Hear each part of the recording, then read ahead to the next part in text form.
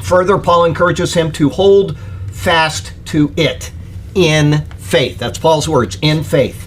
One can teach about Jesus without faith. Even a person of faith can do so.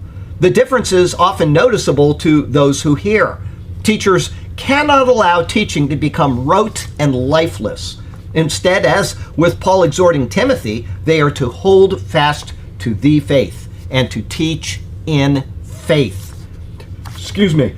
In so doing, those they teach will be enlivened by the faith which comes from the teacher who is faithful. Okay, and I said in that previous paragraph that there are people, teachers, where was it?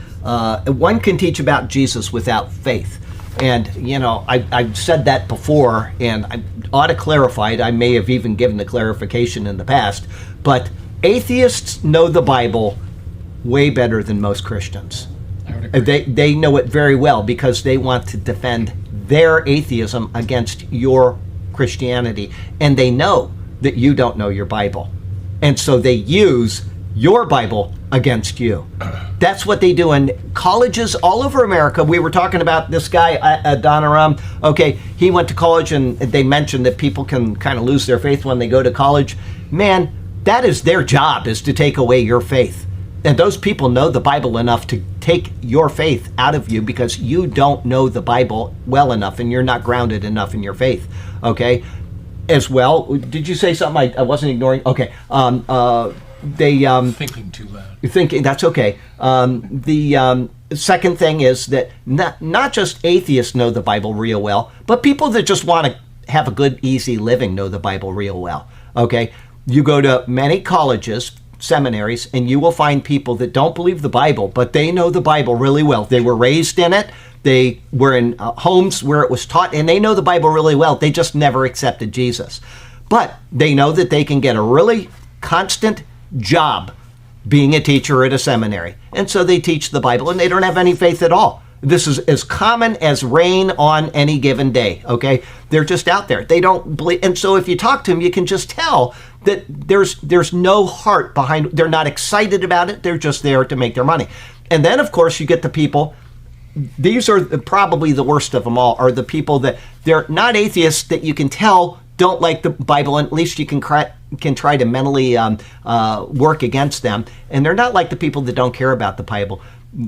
These are the people that were like the 1960s. They didn't want to go to war, and so they went to seminary simply to not go to war. And there were a lot of them. There were lots and lots of people, because if you went to seminary, you were exempt from service. And a lot of people knew this, and mom and dad had enough money to send them to seminary, and so they went to seminary. And now they teach false Christianity as teachers in seminaries. They take the Bible and they completely twist and manipulate it. And those, to me, are the most damaging of all, because you don't really know, unless you know the Bible and are grounded in it, if what they're saying is true. And so you just accept it at face value, and you say, well, this is what and that's why we have all of these theologies out there that are running around woke theology right now. These were people that grew up in the 70s or in the 60s. They were trained in the 60s, and now we're getting the second generation of them. And they are really damaging people, and they have caused a lot of harm in Christianity over the past 40 years. So, if you are not reading this word, you are making a real fundamental error with your life. I don't care how old you are, or you're going to be in a cafe someday and somebody's going to say, that guy handed him a tract. Let me go show him how wrong he is. And you're going to sit down and have a conversation with a wolf who's sitting there, and you think he's a lamb because of the way he's talking to you. Be in this word, please. Okay, so they teach, in doing so, those they teach will, let me go back so we get our train of thought again. Instead, as with Paul exhorting Timothy, they are to hold fast to the faith and to teach in faith.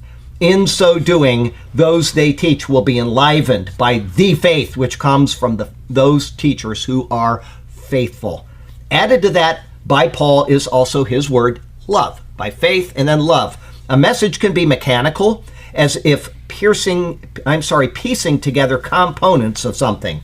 A message can be angry, It can be filled with bitterness, or it can be subversive, which I just talked about with these people.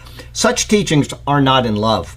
One can be wholly opposed to something like abortion, but can present the message in a stern but loving way. Okay, that is something that you can do. You can say this is completely wrong, and you can be firm about it, and yet not do it in a way which is not loving. Okay.